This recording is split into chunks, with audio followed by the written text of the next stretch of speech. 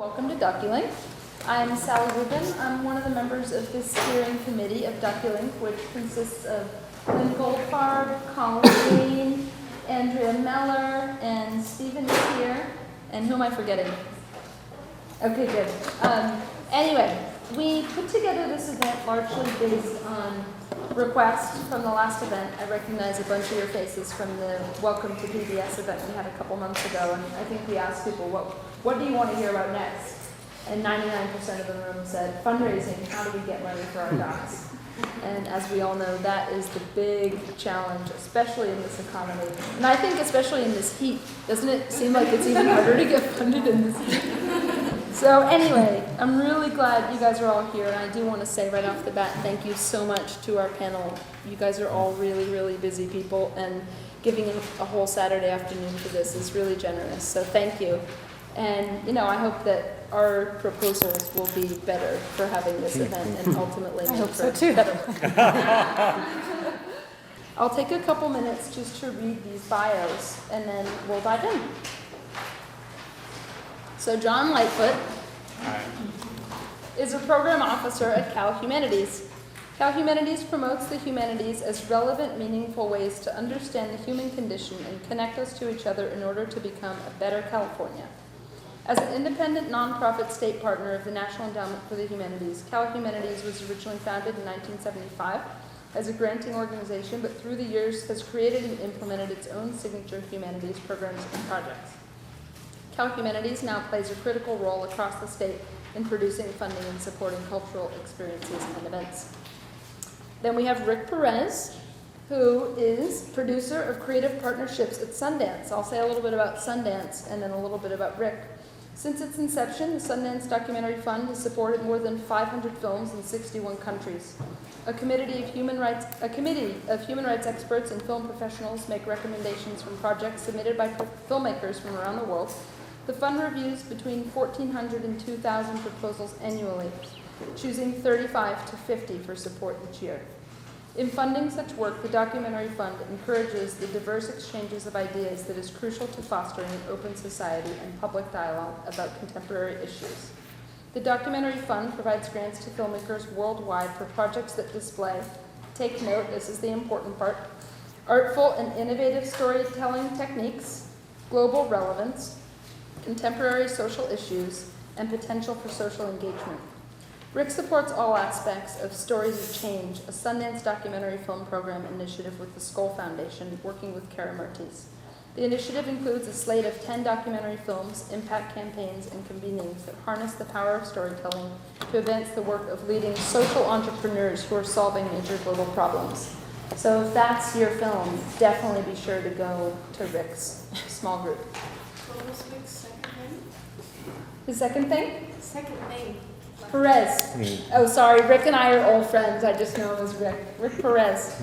I'm like Sting. I only have the one. Yeah, exactly. He's just Rick, the artist formerly known as Rick. And then Emily Varellen is the Director of Programs and Communications at the Fledgling Fund. With approximately $1.5 million in funding dispersed annually, Fledgling is interested in making strategic grants and investments that help fledgling projects take flight. It looks for opportunities where its funding can play a key role in the life of a creative media project that we think has the potential to ignite social change. Typically, these grants are at a critical stage of a media project where timely funding could amplify its social impact.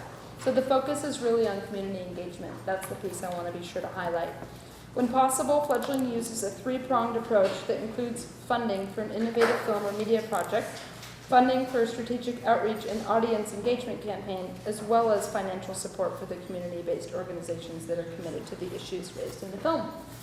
So without further ado, I'll turn it over to our panel. Thank you. Thanks. So I understand I'm supposed to go first, so I will. So thank you, everybody, Doculink folks, for setting this up. This is great, and it's really nice to be able to connect with some of the LA documentary community. Our main office is based in San Francisco, and I come down here periodically to do workshops and meet people like you. So this is great. So I'm a program officer at Cal Humanities, and up until about 6 months ago, we were called the California Council for the Humanities, and some of the language that was in the bio sort of me, sort of the organization, reflects some of the new focus of what we're doing. And I manage a program called the California Documentary Project, and it's a grant program for film, radio, and new media. And we're looking for projects that are about California subjects and issues that have national relevance and that use the humanities to inform how you tell those stories. And I'll go into that in some detail in just a little bit, but just to get to the information that's already readily available, but worth hitting right off the bat. We have a deadline coming up October 1st, and we have production grants for film and radio up to $50,000. Production grants for new media projects up to $20,000, and research and development grants up to $10,000 for film, radio, and new media. We also have a public engagement grant category that is for projects that have received prior funding through the documentary program already.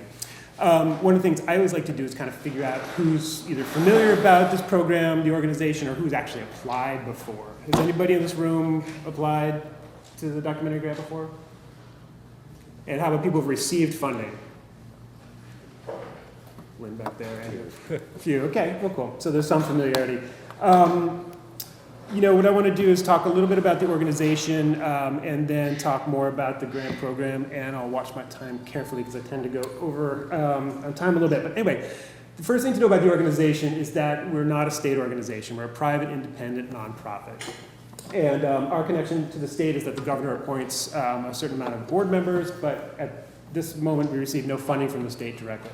We are a state partner of the National Endowment for the Humanities, however, and there are sort of state affiliates, well, in every state and U.S. territory, and they're a really good source of not a lot of funding, but some potential funding.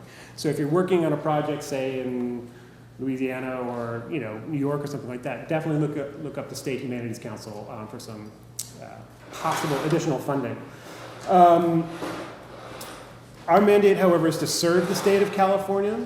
So there's a requirement in all of our grant making that your project speak to some California subject or a subject that's of relevance to a California audience.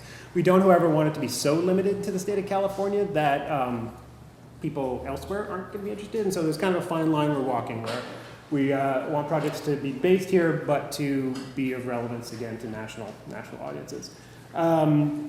We operate a number of programs in addition to the documentary grant. We have a grant program called Community Stories, which will support media projects. There are grants of up to $10,000, and as the name implies, they're really about community-based story projects. And the next deadline for that will be in February. Cal Humanities has a 30-plus year history of supporting media, but we're not a media organization, we're a public humanities organization. And this has a lot of implications actually for how you would apply to us and how you would frame your project for us. We are primarily interested in, or our emphasis really is on the content and the storytelling and how you tell that story. The media side of it is seen as sort of a mass dissemination apparatus or whatever you want to call it. It's a means of getting the story out there far and wide. So when you apply to us, really think about how you're contextualizing and framing the subject. Let's see. So with the documentary grant, it's been in existence since 2003. There've been a little over $3 million dispersed through the documentary grant. We do about $400,000 to $450,000 worth of grants a year. We expect to do that amount this year, though every year it's a little shaky given what happens on the federal level. I don't have time to go into the guidelines, and they're all available online already, but I just want to give you some sort of behind the scenes of what we're looking for and what some of the internal conversations are when we're reviewing these proposals. First and foremost, we're looking for projects that tell fantastic stories, right? So that's on the top of the list. And we're looking for projects that use the humanities to inform how those stories are told. And that's generally the largest source of confusion out there. And the majority of phone calls I get are to clarify that. And basically, in a nutshell, what we mean by that is that we want you to take an open and informed approach to the subject matter so that you are consulting with advisors who, it's up to you to decide how much of a role they play actually in the project, and they don't actually need to be in the piece itself, but they need to inform the process. So the production grant requires 2 humanities advisors, the research and development requires 3. And the humanities can come into play at 3 different stages. Prior to the project, so before you go out on a shoot, you've consulted with somebody saying, what should I be thinking about? What are different takes on the subject that I'm assuming I know everything about already? And they could sort of maybe give you a slightly different spin on it so you can, just again, be a little bit more nimble on your feet when you're out there shooting. So prior to the project, in the project itself, so this could be the conventional sort of sit-down interview where you've got people providing context on screen, or following when the project is done. We really look for projects that have the potential to be catalysts for dialogue. And that's, I can't really emphasize that enough, really. We like projects that have broad potential, so say through a national broadcast or theatrical release or distribution, but we also like projects that kind of work on the ground in community settings where people can apply whatever the subject or issue is of the film to something that's relevant in their community. In terms of subject matter, we really place no limits on subject whatsoever. And I think I've worked pretty hard to sort of change the stereotype, or what I assume to be the stereotype of this grant program, away from a certain, I don't know, for lack of a better word, maybe conventional form of documentary, however, define that, to something that's maybe a little more expansive, whereby we are responsive to what's happening in the field. Our funds are public funds. Even though we're a private organization, the funds originate from the federal government. So we feel that it's our responsibility to be responsive. So I think people sometimes self-censor themselves, or they don't apply because they think it's a subject that we wouldn't be interested in. And I just want to get it out there and say, we're actually interested in a huge range of subject matter, so please don't do that. It's really about how you approach the subject. That's what's relevant.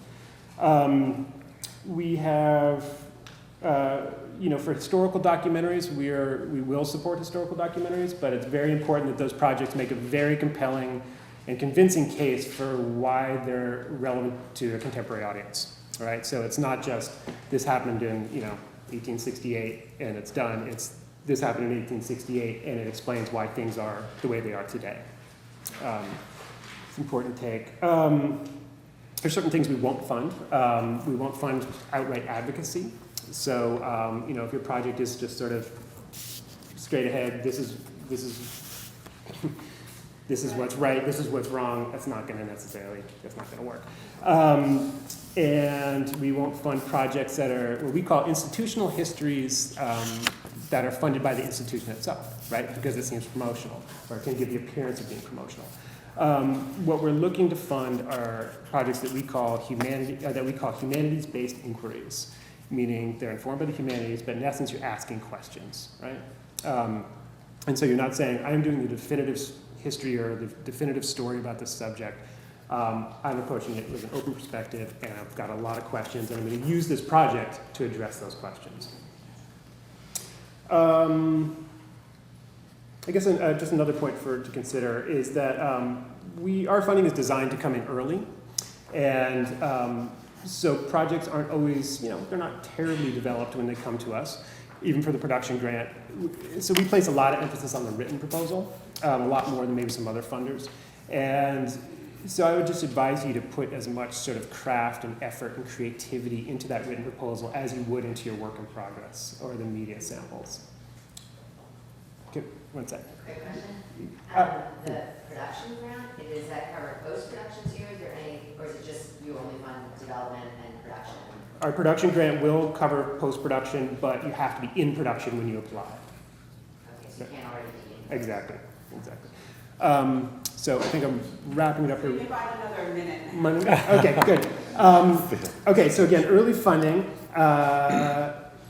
Secondly, competitiveness. Now we receive far fewer proposals, say, than Sundance does, but it's still relatively competitive.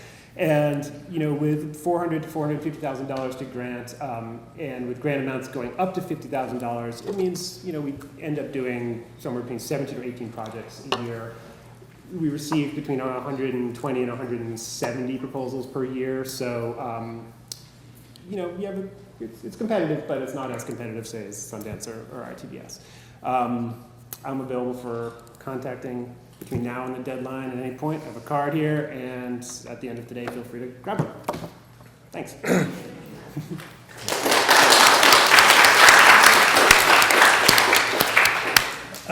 So I'm Rick Perez, and as Sally mentioned, I'm the producer of creative partnerships for the Sundance Institute. I'm fairly new at the Institute. I started in April of this year. But before I joined the staff, I was a supported filmmaker and a fellow. And I was funded through the Documentary Fund. So I have, in some ways, I have more of your experience as a fundraising filmmaker than I do as a recent Sundance staffer. But to start off, I want to give you a sense of the Institute as a whole by just telling you guys our mission statement. The Sundance Institute is a nonprofit organization dedicated to the discovery and development of independent artists and audiences. Through its programs, the Institute seeks to discover, support, and inspire independent film and theater artists from the United States and around the world, and to introduce audiences to their new work. So we do a lot of work, not just documentary. We have a theater program, we have a feature film program. There's an entirely different film festival staff. We're expanding into areas like artist services, which I'll describe in a bit. But of course, I know you guys are most interested in the documentary film program. And the documentary film program is broken up into 3 tracks. The track that you guys, I'm sure, might be most interested in is the Documentary Film Fund, and I'll tell you guys a little bit about, go into more in depth about it in a sec. So we have the Documentary Film Fund, then we have the Creative Artist Labs, and lastly, we have the Creative Partners track, if you will, and that's the track I work most closely with, although I work in parallel with the Documentary Film Fund staff. With regard to the Film Fund, as Sally said, we get anywhere from 15 to 2,000 applications per year. We have 2 funding cycles. We give out from $1 to $2 million a year. And we end up funding about 50 projects a year. So just off the, just looking at the math, basically, it's pretty competitive. I'm actually stunned that even when I'm seeing the process now, that when I was an applying filmmaker that actually got funded. It's, but I'll give you guys more insight into my process, and maybe that'll help you. We like to focus primarily on contemporary social issues, with the social issues that ask broader philosophical questions, and in some ways can draw a relationship to broader global issues. We rarely fund historical films unless they can draw a very strong relationship to a contemporary social issue or a broader philosophical issue. But typically, it's very sort of pressing modern day issues. We have, I don't know if we mentioned, we have 2 grant cycles per year. We just closed one in July. Our next application will go up in December, and will close in January. Has anybody applied for the grant before? Has anybody received funding from? Okay. Is anybody in the current cycle? Oh, wow. Okay. So for those of you in the current cycle, you'll hear about the awards in November. Our review process is 2-phase. It's a pretty thorough review process. We bring on additional staff to look at everybody's work in progress reel, everybody's proposal, and director samples. And we're very sort of democratic in a way in that we fund first-time feature filmmakers as well as seasoned experienced filmmakers. It's really more, we're really interested in the film itself in addition to just the film. And so don't get discouraged if you're a first-time feature filmmaker. Let me go.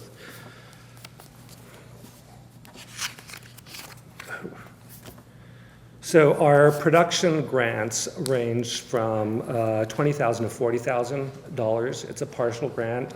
That is, we don't expect that amount to pay for the entire film. you'll go out and raise money to finish the film, and our grants aren't recoupable. You don't have to pay them back.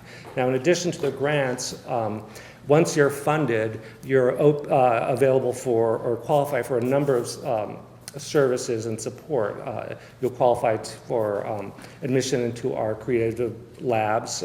We have 3 labs during the summer, 2 edit and story labs and a creative producers lab. And in the fall, we'll have a doc plus composers lab.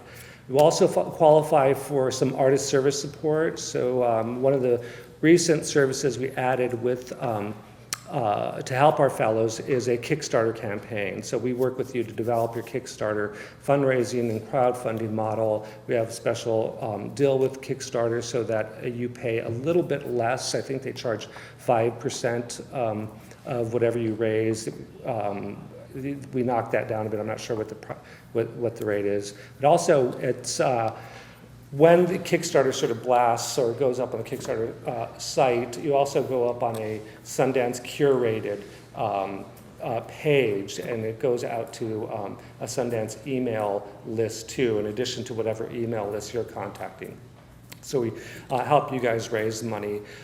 Then finally, for films that are finished, we offer what we call a turnkey distribution, digital distribution model.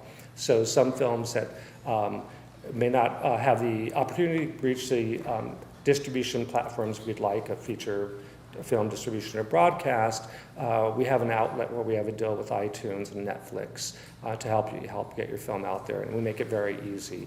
We've pre-negotiated those deals and those contracts and just sort of plug you right into that deal. Let's see. Our development grants. Same deadlines as the production grants. Those grants range from $10,000 to $15,000. They typically, the applicants we support have already shot some footage. They have a pretty good idea of what their film is, and they just need more support developing. If you receive a development grant, you can reapply for production funding. There's no guarantee that you'll get production funding, but obviously your project's on the radar, and in some ways it's a little tougher because we can monitor the progress of it, but we frequently fund people twice. A lot of people ask whether or not getting funding from the Sundance Documentary Fund, if that gives you access or preferential treatment when you apply to the film festival, and the answer is no. They have an entirely different program and staff, and with complete autonomy. Certainly we like to know when our fundees or grantees apply, but we don't get involved in lobbying for placement. We have a pretty strict editorial firewall. Now, the programming staff often will come and consult with the DFP staff if one of our funded films has applied, and we gladly, share and advocate when that happens, but we really have no influence. So there's no guarantee you'll get into the Sundance Film Festival. There's also no guarantee you'll broadcast on the Sundance Channel. We have actually less and less to do with the Sundance Channel now than we did, say, 5 or 10 years ago. As Sally mentioned, we're really interested in supporting films that are told in an artful way. We like cinematic films, so we're not just looking for relevant contemporary social issues. We're really looking for the director, an expression of the director's artistic vision. While a lot of our films do end up on television, and we do fund more traditional documentaries, traditional style documentaries, we're always out to try to support the creative vision of an artist and really allow them to use all the tools available in cinema and their expression and maximize those tools when telling their story. So we're really into the sort of creative look of a film, cinematic look of a film. Our labs, when we work with our supported filmmakers, really try to bring as much creative force to the project as possible and maximize that. And we really sort of try to push the limits of the medium. Now that said, we also are looking for sort of hybrid documentaries, or more sort of films, documentaries that might incorporate animation, or very sort of interesting in new ways to tell a story. So if you think you have a project like that, that could be something of interest to us. We have a current project right now about people dying on the desert as they try to migrate from Latin America. That is, we might call it a hybrid documentary. It's an interesting intersection between narrative elements and documentary elements, and we funded that. And we also worked with the producers in our creative producers lab to try to come up with the best way to position that film and maximize the exposure of its unique storytelling method. We funded some films that incorporated animation, so we actually are always looking for sort of a reimagining of the documentary form, still within the sort of the mandate of dealing with contemporary social issues. Less than 2 minutes. Less than 2 minutes. Great. That said, I think I can end early. So. You want to talk about the creative partnerships? Oh, the creative partnerships. Okay. So the creative partnerships is a unique track, and it's relatively new. What we're doing is we're expanding beyond just funding documentaries and trying to team with organizations where there's an intersection of interest. And right now, our main creative partner is the Skoll Foundation. And so we've partnered with Skoll Foundation to produce a series of films that focus on the work of social entrepreneurs. It could be either about the social entrepreneurs themselves or people impacted by the work or the issue. We funded 10 documentaries right now. I have to sort of sadly say that we're not funding any more documentaries until those are all completed.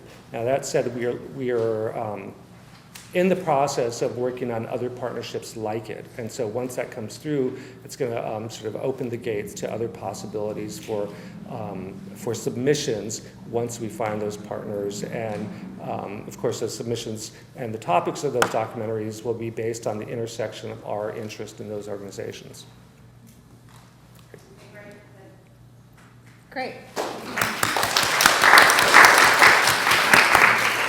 All right, I'm Emily. I'm from the Fledgling Fund. I was just jotting down notes, and I think I have 20 minutes of juicy content that I'm going to put into 10 minutes, so strap in. Here we go. The Fledgling Fund is dedicated to the fact that story is the richest, most deepest, intense way to move people to action. Our bottom line is not film. We're different from film funders in a lot of ways because of that. We chose to fund in this space because we wanted to affect social change, and we thought that rich, beautiful storytelling was the best way to do it. That's why we do what we do. We fund at very typically late stage. It's not just outreach and audience engagement. It's sort of post-production and beyond. You have to have a rough cut to apply to us. And so where we get most excited, though, is that little sweet spot. And it's that sweet spot that happens when you're sitting at a theater or a community screening or whatever, and the lights come up, and you're sitting in that room with 200 other people, and it's silent, and you realize that every single person in that room is sharing that same emotion that you have. They're pissed off, they're empathetic, they're hopeful, they're optimistic, they're angry, they're depressed, whatever it is. That moment, that's why we do what we do. Because we want to turn that emotion, that feeling, into action. And that's really, really hard. It's really hard for people to carry that emotion with them outside of the theater and actually engage with the issue. It doesn't happen organically. It doesn't happen just by putting a great film on screen. You have to do something about it. You have to make it easy for people. That's what we fund. It's exactly that moment. And so sometimes we fund post-production as well, but it's really just to get you to that sweet spot because we want you to hurry up already. And so that's why we do. We look at three things, and this is important because most people somehow don't read our website and figure this out. And I hate to be that person to say read our website, but read our website. And there are three things that are really important to us. When your film is done, we look at 3 stages: distribution, outreach, and audience engagement. Distribution is what all of you know. It means putting your film out into the world. It's getting it on television, in theaters, at festivals, at community screenings, online, whatever it is. It's your distribution plan. The outreach is what you do to get butts in seats or eyeballs on the screen. So it's marketing, it's communications to your target audiences. That's what we call outreach. Where it gets fuzzy is that some people call audience engagement outreach.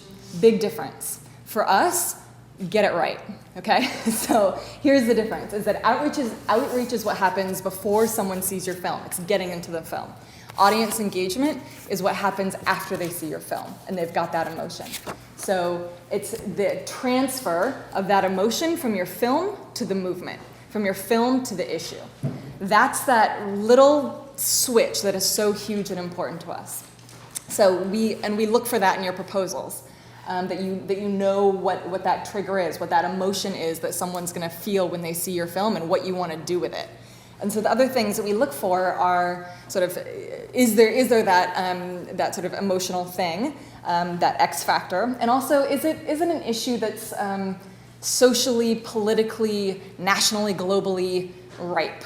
I use that word a lot when I'm looking through proposals. Is your issue something that is near a tipping point, moving toward a tipping point? Is it something that is going to be probably spinning its wheels for the next 2 decades?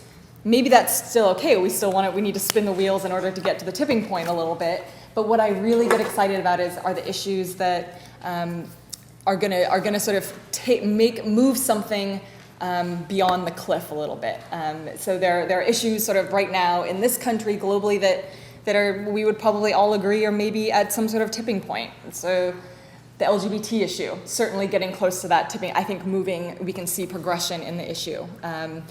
Sort of all sorts of things that are happening right now that people are talking about. They're hungry for content. Politically, it's on radars. Socially, it's on radars. That's what we want to know, because we want your film to move people the next step. Also in your proposal, we're not looking for perfection. You don't have to. We understand that you are great storytellers, every single one of you, and that's what you do best. We don't expect you to be sort of experts in activism and how to move your audiences. But what we do expect is that you understand that you have that power and that you're committed to figuring it out. Whether that's learning from what our knowledge is and from what our grantees' knowledge is, or whether that's hiring someone or working on it, just figuring out. You need to know the basics, though. You need to know who your target audiences are and what your goals are. We need to see that because it lets us know that you've at least thought through that next step of what happens after you finish the film. So tell us those things. And we ask those very specifically in our proposal. It's not rocket science. So you need to understand that. We also ask about how you're going to measure your impact. Don't hate me. I know that's hard. So I get a lot of pushback from filmmakers on that, and I hear you. It's not easy, and it's unfair. And so here's what I think about it. I think when people have sort of that negative reaction toward impact measurement, they're thinking that all we want is sort of like numbers and statistics, and we want graphs and charts. Frankly, I don't give a shit. I want to know your stories. I want you to tell me great stories about the impact you're having. I want you to document on film. I want you to write stories about it. I want you to blog about it. I want you to interview your audience members. I want you to tell stories about the way that you've moved people. That moves me. That will move other funders. That will move other target audiences. That's what matters to us. It's the qualitative plus a little bit of the quantitative as well. And so we look at 5 dimensions of impact. This is all on our website too, but I'm going to run through them really quickly because it's how I review proposals and also how I measure the effectiveness of our grant making. So we look at 5 dimensions. First of all, of course, it has to be a really high quality piece of media. If it's not that, nothing else can happen. So does it have that sort of X factor, beautiful storytelling, great characters, great cinematography, all of it? Is it great? Second, we look at, is it going to change awareness about the subject? All of this is measurable. You can ask people, did they learn something differently? Has there been a bunch of press about the issue because of your film so that more and more people are learning about the subject? Awareness, engagement. That's that crazy moment where an audience member goes from passive to active. Watching a movie is so passive. Getting engaged with an issue is a huge leap. So we look at how you're getting your audience members to do that. So how do you move them to that active engagement with the issue? that we also look at how your film is strengthening the movement. You all know that you're not making a film in a bubble, that if you're making it about a social issue, there's a movement out there that is already thriving probably somewhere. There are very few issues that have not been tapped in some way, right? And so how is your film going to bring new partners together, bring new people to those partners, bring new money, bring new attention, bring new volunteer hours, bring new whatever they're looking for? How will your film bring it to them? And then ultimately social change. So, and that doesn't mean necessarily, it doesn't have to be you got a law changed, though sometimes that happens. It could be that 15 new schools in California decided to plant a community garden because they saw your film and they were inspired by the fact that they could have a farm-to-table program in their school. Maybe that was your ultimate goal. That's what we want to know you achieved. Doesn't mean that you passed a law in California saying every school had to have that. So be reasonable. We want to know that your goals are measurable and achievable. Okay, so that's what we look for.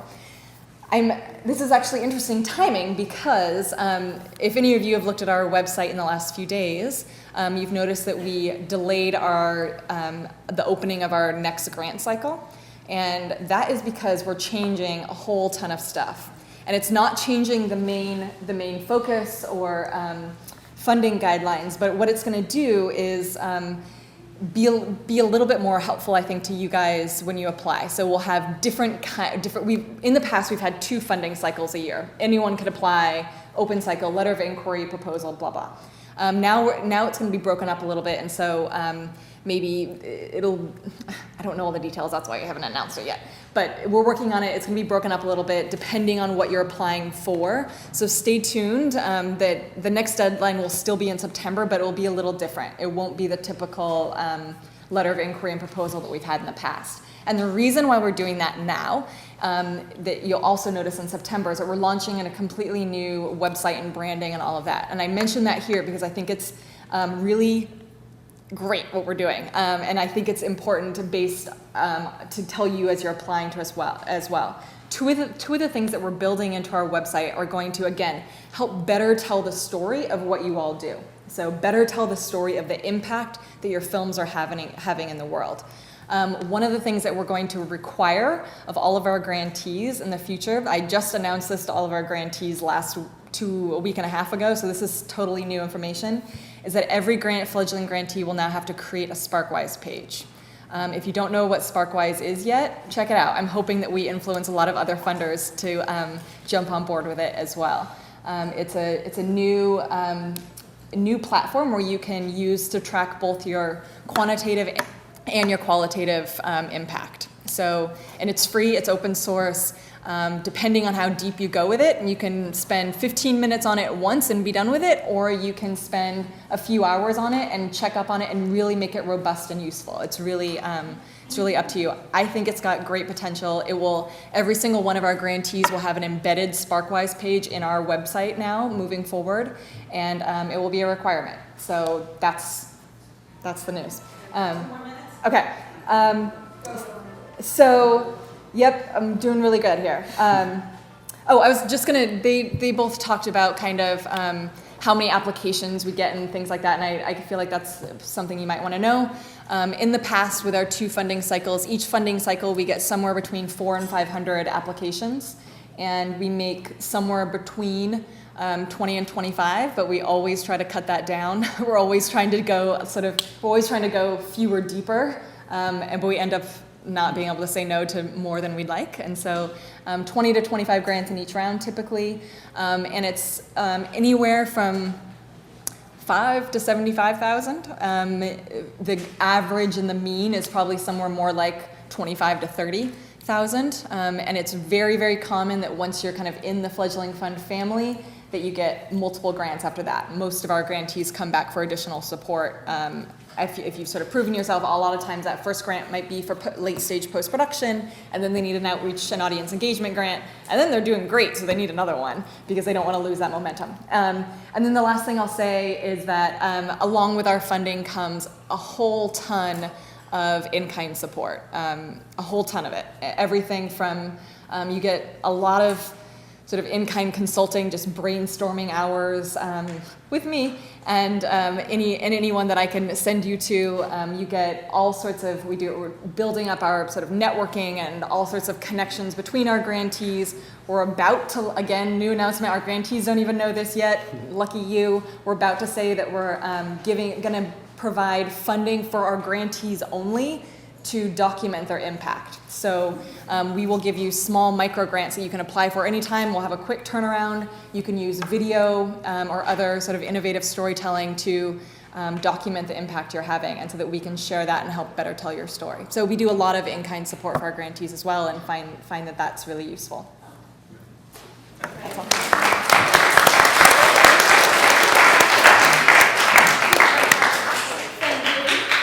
So before we start our Q&A, are you guys willing to give your personal emails and websites? You mean our Sure. Fledgling fund, or our Fledgling working fund emails? Like, don't call bank mine. account. Just so people know how to contact Of course. the organization if they have more questions. That'd be great if you could maybe each do that first. Oh, you mean like up on the board? I don't have Yeah. anything There's to no write with. I can answer that quickly. Heinel has postcards. Heinel's Molnar Zakis is coordinated with the DFP, and also Alyssa Robinson back there, also DFP staffers. They have postcards that have the best information, and will direct you not only to the email address, but our website is full of resources. I want to echo what Emily said. Even when I was an applicant to the Sundance Fund, we so just buried ourselves into the website because they had links and resources, et cetera, and it's their staff put so much effort into putting stuff up there that can help you, and only when you exhaust that you might want to just try to connect with us. Yeah. And it also just impresses us when you have questions. We don't know if you say, God, that's on the website. They could have just gotten that from the website. Yeah. If anyone, It's not a good reaction you want to inspire in us. So. I send probably 5 to 10 emails a day that come into our info account that just say, that's on the website. Honestly, it drives me bonkers. Read the website. But anyway, we have these great information postcards that Heinel and Felissa have. So. Great. Any questions? We were saying that at least a rough cut before we would apply to you guys, but I'm wondering, some of the things that you brought up sort of assumed that we might be further along than that when applying. Is that just because of different grants are not available? Because I'm just wondering how we would know the answers to some of those questions. Like what? The 5, the audience engaging, how you're strengthening the movement. These things like if you're just. I'm not asking how you've done. We don't ask how you've done it, but how you hope to do it. Okay, great. Yeah. Yeah. Yes. I don't know if this is something you guys can address, but I feel like sometimes when you apply to these types of grants, because there is like 500 people and there's 10 grants, you're like, all right, I did that, and then didn't hear anything. All right. And I've had advice from people where they're like, you gotta go in, you gotta you gotta convince like the organizations to give you money that's not like written as I don't necessarily mean your organization, but not written as like, this is for documentaries, blah, blah, blah, but like, you go like, I'm doing a thing about trees, and you find a tree foundation, and you go, and you like, they make this special thing for you. Do you have any advice on sort of like, I do. forging your own way? Yes, I think this is a great.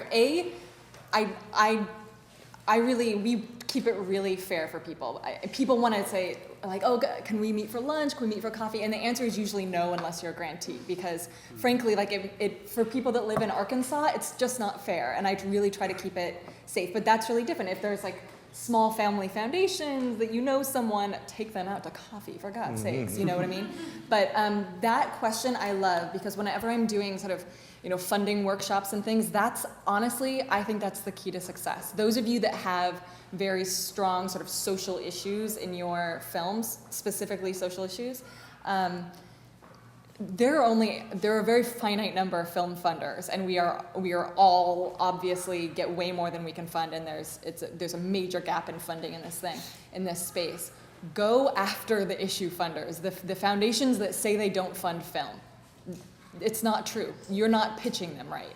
The answer is that don't go to them and say, I've got a film, it's so great, it's about the subject you care about. The way you go to them is say, I've got this amazing campaign that's going to bring people to your work. I've got this programming, I've got these ideas, I've got this new creative way to get new people to do what you want them to do. Guess what? As a bonus, I actually have a film too, but that is not your lead story, okay, for those people, because their answer to you, of course, is going to be, sorry, we don't fund film, right? And they say that on their websites. Honestly, I've seen it work so many times, you were just pitching it wrong. So yeah, find the tree funders. Do you guys want to say anything to that? Yeah, I'll talk about it in a different way because I'm a filmmaker too, and I've been trying to finish a film I've been raising money to make a film for 5 years. And my experience, and I'm still raising money to finish it.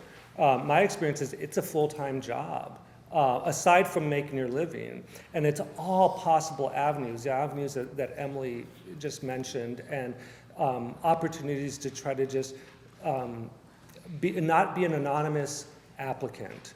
And that was sort of the case, at least with me, when I applied to the Sundance Documentary Fund. Just by coincidence, it happened around the same time there was a conference for the National Association of Independent Latino Producers, NALIP.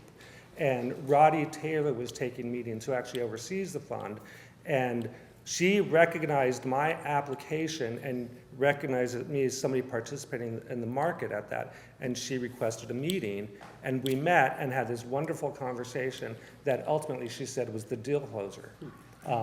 And that she, in my case, my film could be easily just written off as a historical film, but it was an opportunity for me to tell her, well, why the film is relevant today, how we're addressing the broader philosophical issues and contemporary social issues, and really reframing what people from the outside could just see as this historical film. Oh, we know that story, it's old, etc. And also we already started talking about ideas around engagement and impact, etc., the stuff that Emily talked about. So it's opportunities you're always having to, not in a, a lot of funders have seen all varieties of shtick coming their way, but it's really about taking the honest and sincere opportunities to try to talk about your film with them and not be an anonymous applicant. And to also just expand on what Emily said is, yes, you have to re-envision your film, not just as film, but as a part of a larger campaign around broader issues. What is its impact a potential to make an impact, right? And so you also have to sort of think kind of like a strategist and an activist. And then you have to think now, it's not enough to just say, well, I want to raise awareness, or I want to, tell today's farm workers something that they didn't know, or whatever your story is. You have to start thinking about, well, what are ways that I can prove I reach them? In other words, you're almost there's a social science edge to this, and now we're looking at evaluating and measuring possible impact. And so when applicants are coming to us and they're already thinking of those in those terms, the potential impact, possible impact campaigns, possible ways of measuring success, on top of a really good story that's the core of this, really impressing us on multiple levels. And so filmmakers have to start thinking on all these levels at the same time, even though they may not even had started editing yet, or maybe have only shot a few frames of their film. So we're no longer just filmmakers. We're kind of, I don't know what the term is. I mean, we're really social impact people. I don't know, whatever. If that's the kind of film you're making. Yeah. Now, granted, there are some films that are just wonderful. We funded Queen of Versailles, which people like, what poor oppressed rich people. What sounds that, but. The way Lauren was able to frame it is within the context of the collapsing economy. So it's not just about rich people, but it got us to think about how about housing and the economic meltdown, and about housing for people not in that income level. And ultimately, it was screened at HUD, the Housing and Urban Development, and it really engaged that agency, and they started thinking about not that class of people, but housing for everybody else. What film was that? Queen of Versailles? Queen of Versailles. And I'd just like to follow up on both your comments, just quickly to say your jobs keep getting harder and harder. Yeah. Because I also think we need to move away from saying film. I think we need to say media, because I think the thing that turns off the tree funders is the expense of quote unquote film, right? So we do a series, we collaborate with a foundation in San Francisco and the Northern California Grant Makers organization to do basically what's an educational program for Bay Area foundations to demystify funding media, but also to say, you know, there's a lot of potential here if it aligns with something else you want to do. And it may not be giving 50 grand to support a documentary, but it may be giving 15 grand to support the community outreach or community engagement or something like that. So it is knocking on the door politely and respectfully, but it is being assertive that way for sure. Were you saying don't frame it as film, frame it as media? I think so, because I think there's a broader spectrum there now. And I also think it's less intimidating if you the problem with non-media with non-film funders.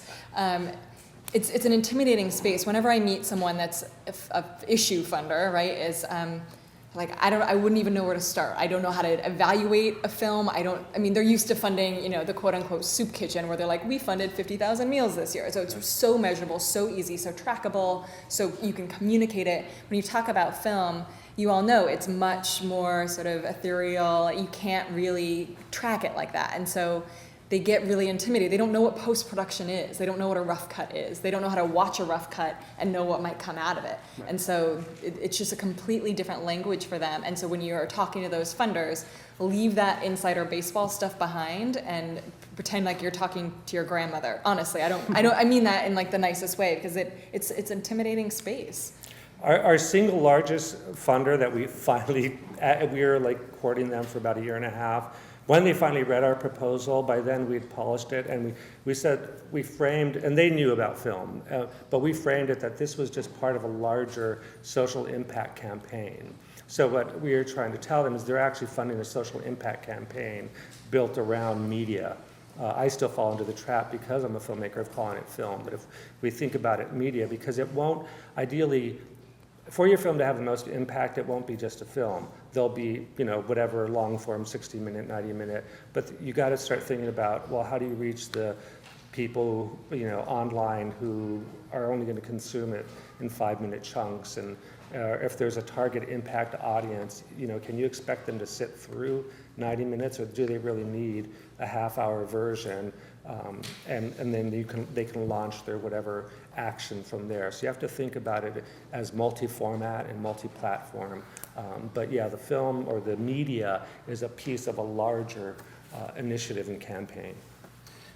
Can I just add one thing? I mean, the field obviously is trending. I guess it's more than trending. It is in the impact, sort of social justice realm. But I do think there's also room for, I don't know, how do you say it?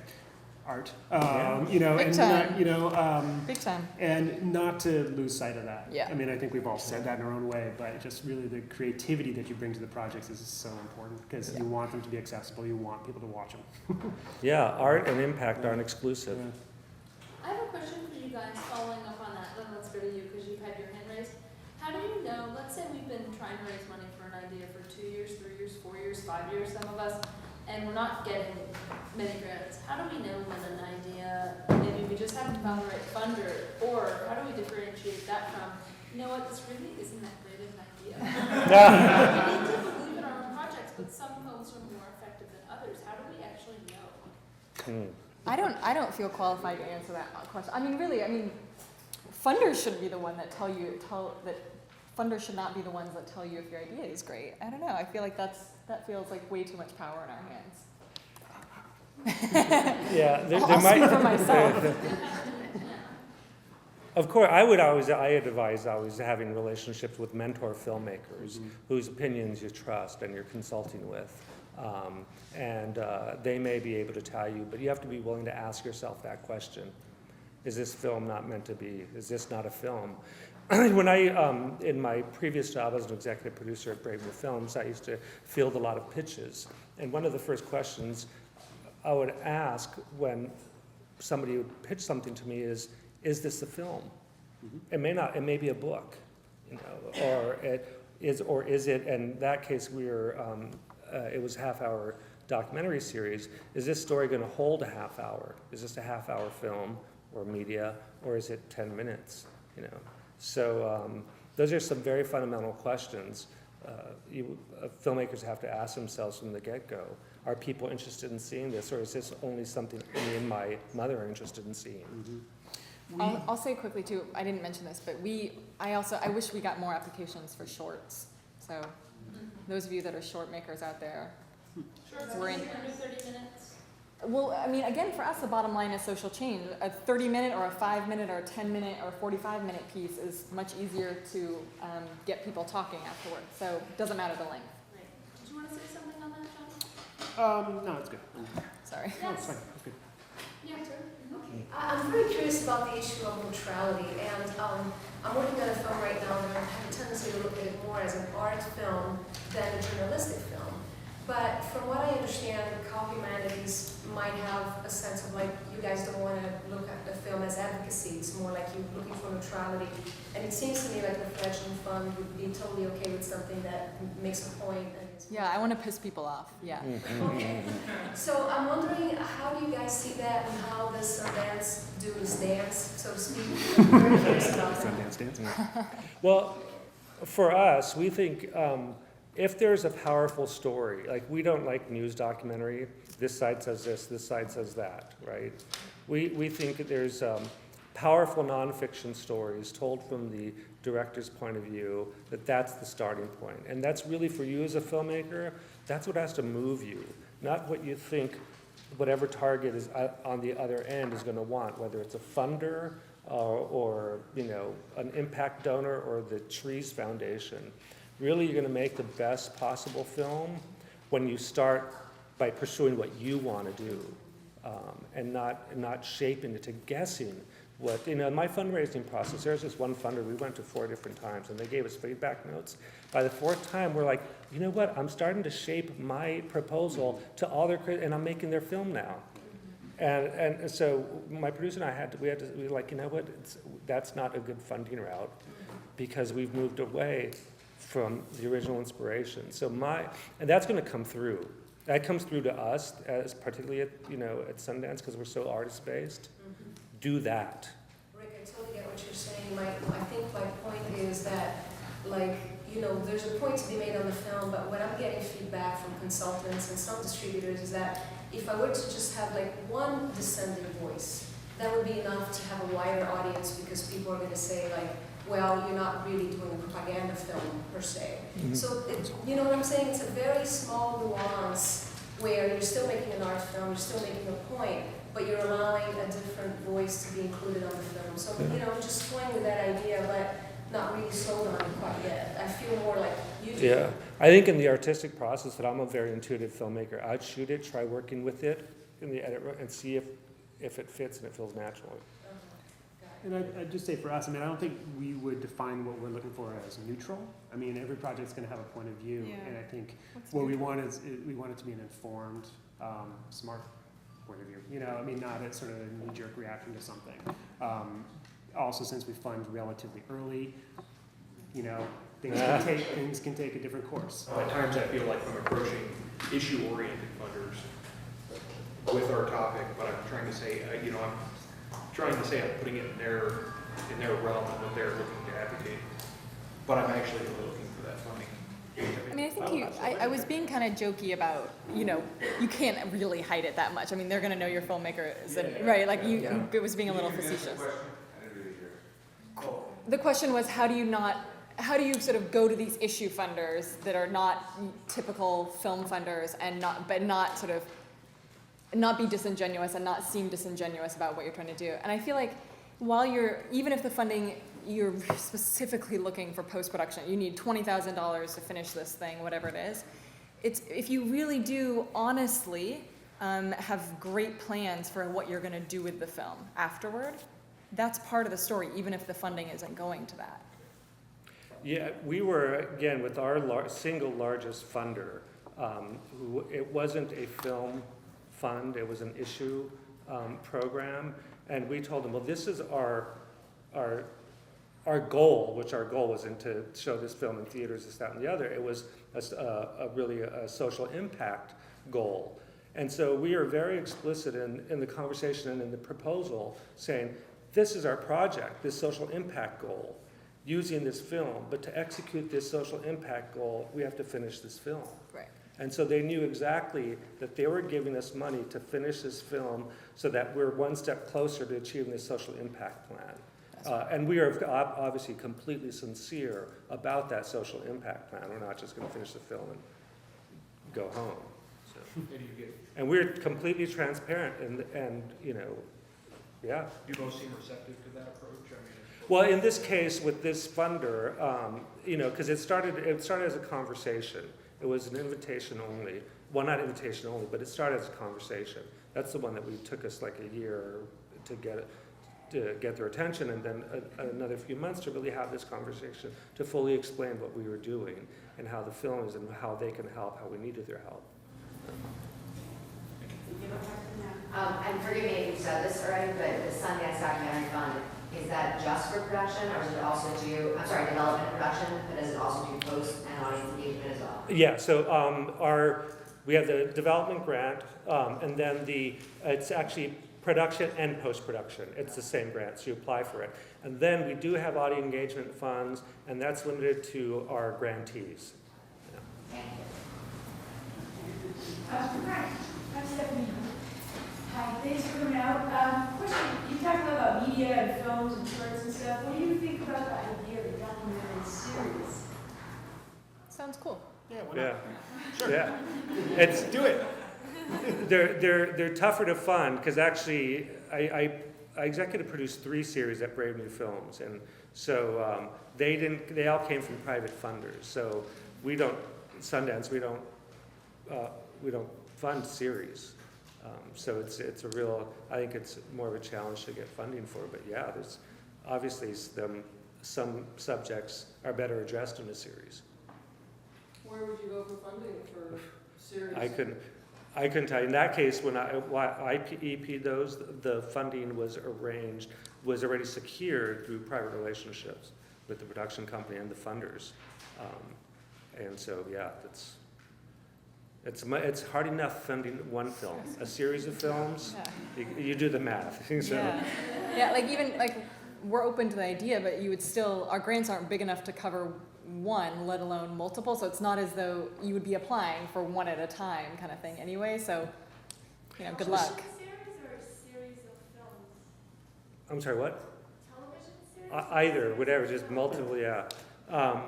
There are some producers who've been working with PBS for years have worked on getting series funds. It takes years, but they do it well, and those are building on relationships that they've established with PBS-related funders for years, if not, decades. Yeah, that's for Emily, Fledgling Fund. I'm still struggling, and I assume that I'm not the only one with your definition of measurement. I know. Sorry to say. I know. And I wish you could say a little bit more, because I always feel when I write this down that it is basically like speculations or hope, and I feel not comfortable with that. I would like to have something what I really can measure, but it's really hard to measure. Well, that's why I talk about the qualitative and quantitative. The quantitative you can measure, right? You know how many people saw your film, probably. But not the one I want to make.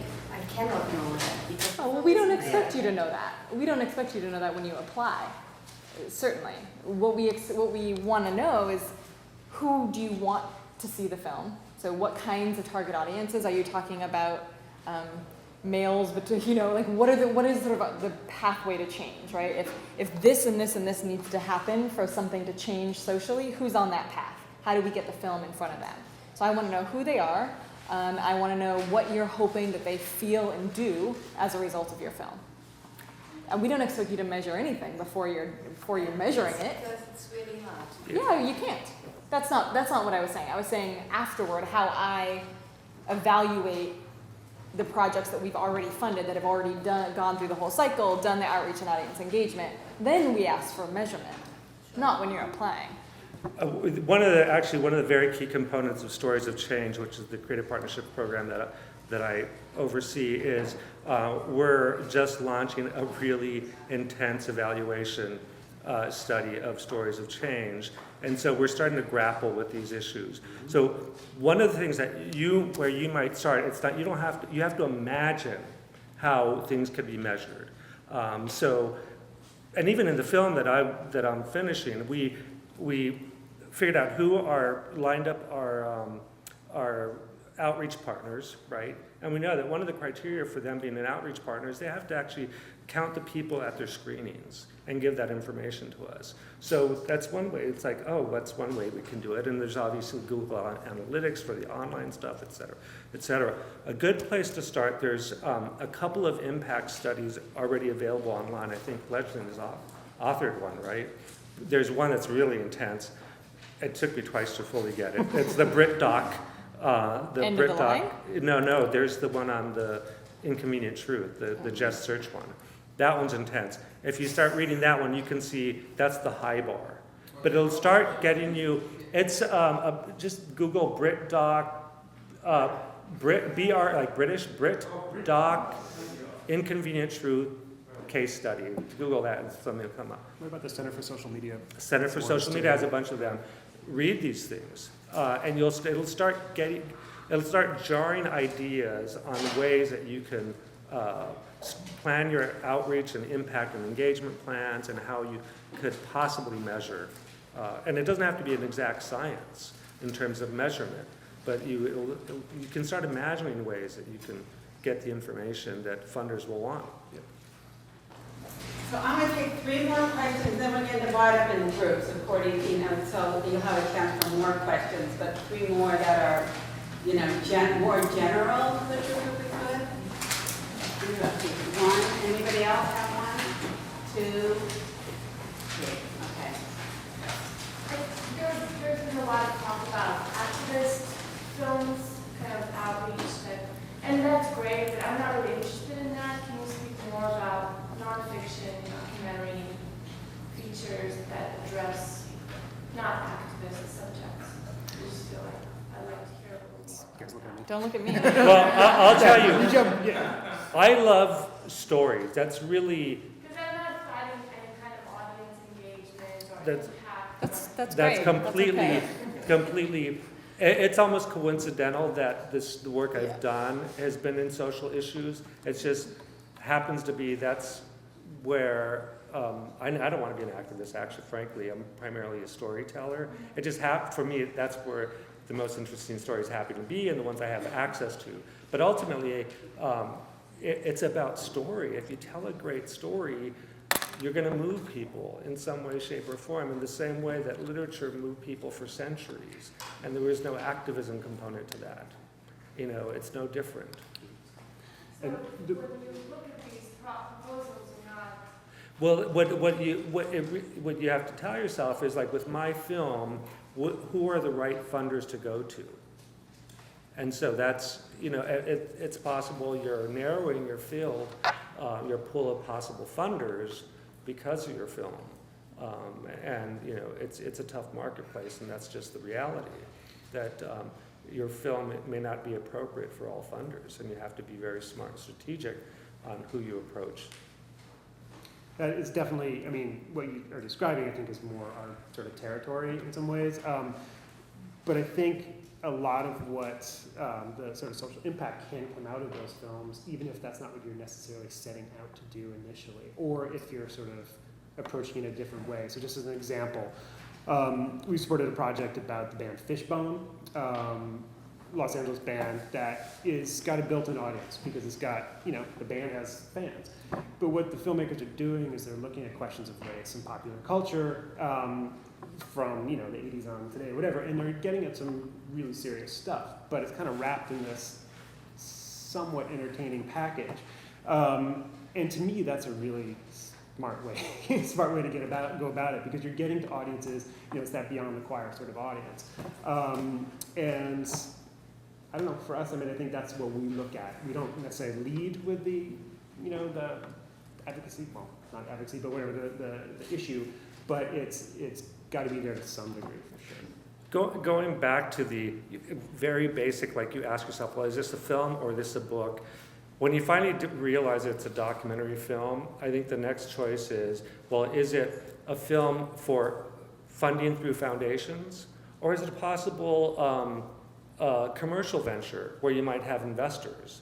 And so there are a lot of films in that realm that are very good films. You know, I'm guessing there are no foundations who funded Exit Through the Gift Shop. That's a guess, I don't know that for fact, but it's a wonderful, amazing film.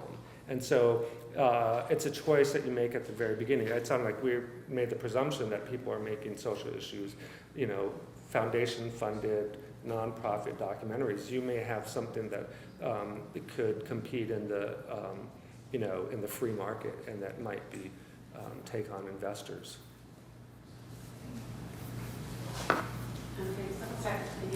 Oh, yeah, I have a question. One of mine was very similar to hers, so I'll move on to something else.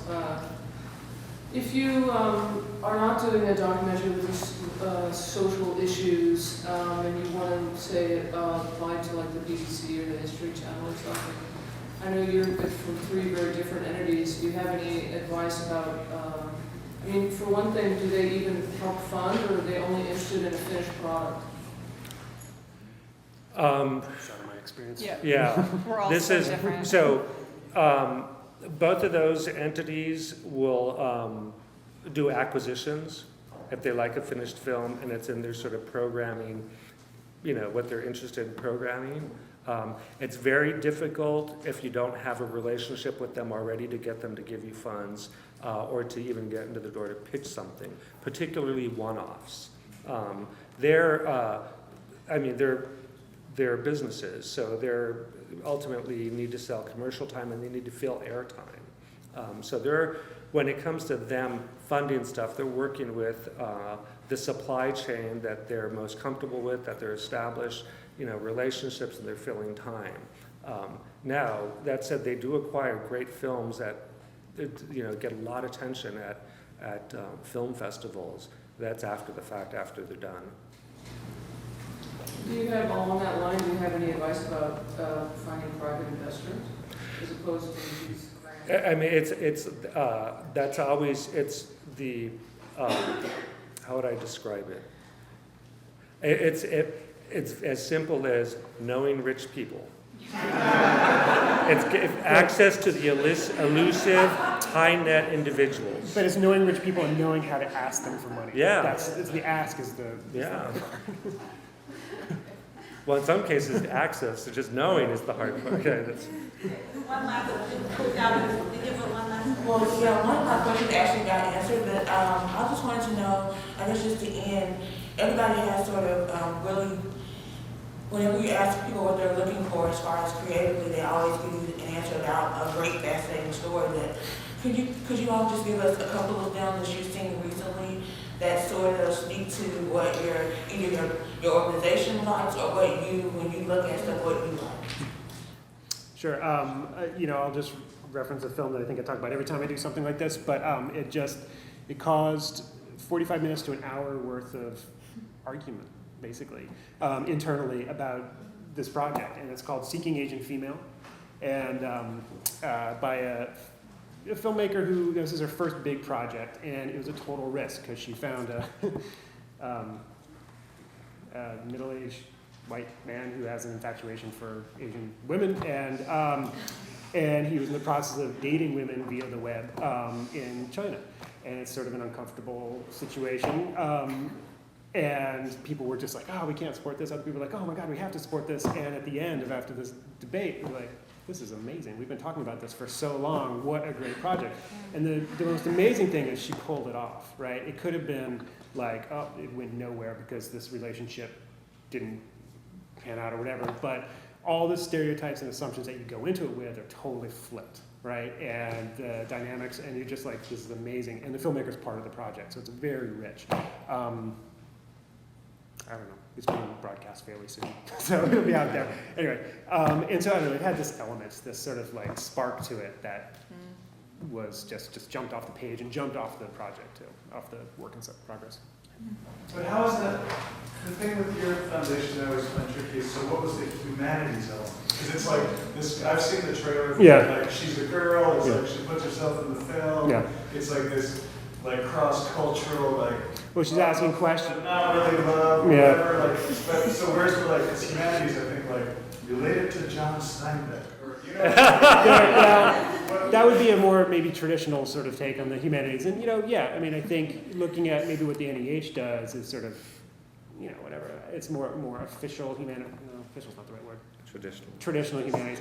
And so, I mean, in that instance, she went into the project informed by cultural theory, gender studies, things like that, and would really sort of armed herself with this information that was, wasn't necessarily in the piece itself, but it was, how you kind of have to have peripheral vision when you're out there shooting, and you're thinking of like, oh, one thought triggers the next thing, and I need to point the camera, I need to follow this thing, or something like that. She went out with that sort of material in mind. So what type of advisors? She had a woman, I was just talking about this the other day, she had a woman who wrote a book called Asian Mystique, talking about yellow fever and things like that. And,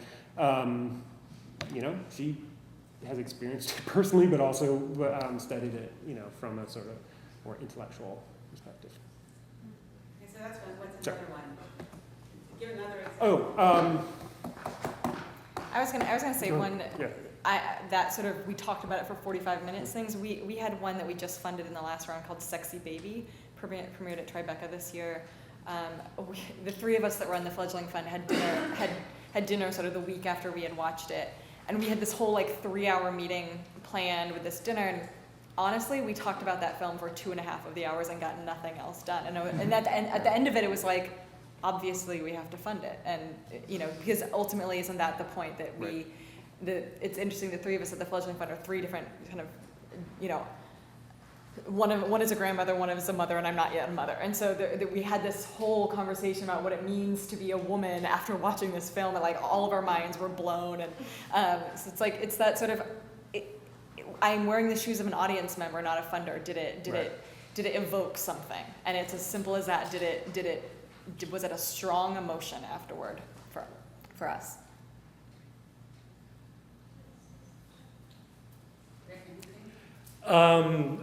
Since I'm relatively new at Sundance, I would say my experience more in sort of that vein comes from Brave New Films when we are being pitched documentaries. We had a program where we were commissioning combat veterans to make their own documentaries, combat veterans who were aspiring filmmakers.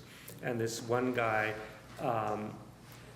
his idea was that he wanted to do a documentary about veterans who self-medicate and become addicts. But he would only use documentary audio, and all the visuals was stop action animation.